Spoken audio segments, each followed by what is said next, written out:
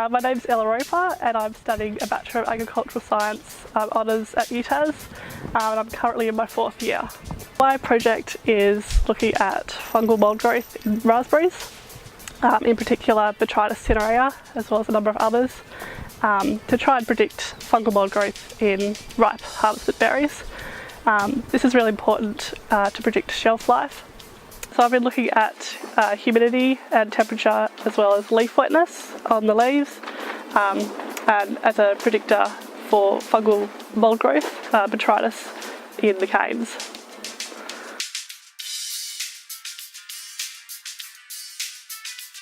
So today I'm here to sample berries for my project. So I've been separating them out into containers to avoid contamination between berries. And then incubating them either at room temperature or in cold storage and waiting for mould to grow before assessing it. So after sampling, I bring the berries back to Hobart for analysis in the lab. In the lab, I assess visually for covering of mould of the berries.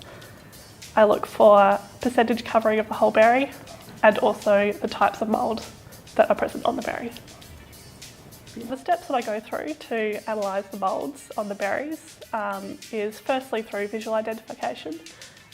So you can tell through the colour and texture of the mould what it is.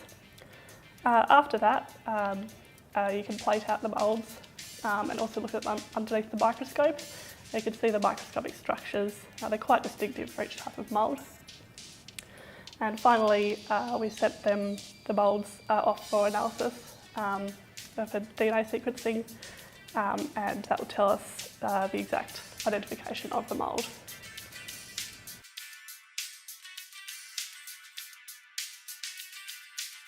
So through some preliminary analysis, found that the highest mould load was during January, and that period is when the primer cane is coming up through the floricanes of the raspberry. And that could be due to the higher humidity in the canes and the lack of airflow facilitating the higher mould load.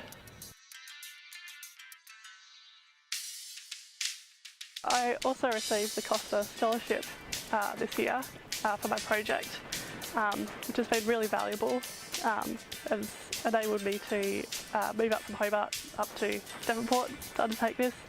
And also with the industry contacts and wonderful supervision at Costa, it's really great to see how it's all done in the real world.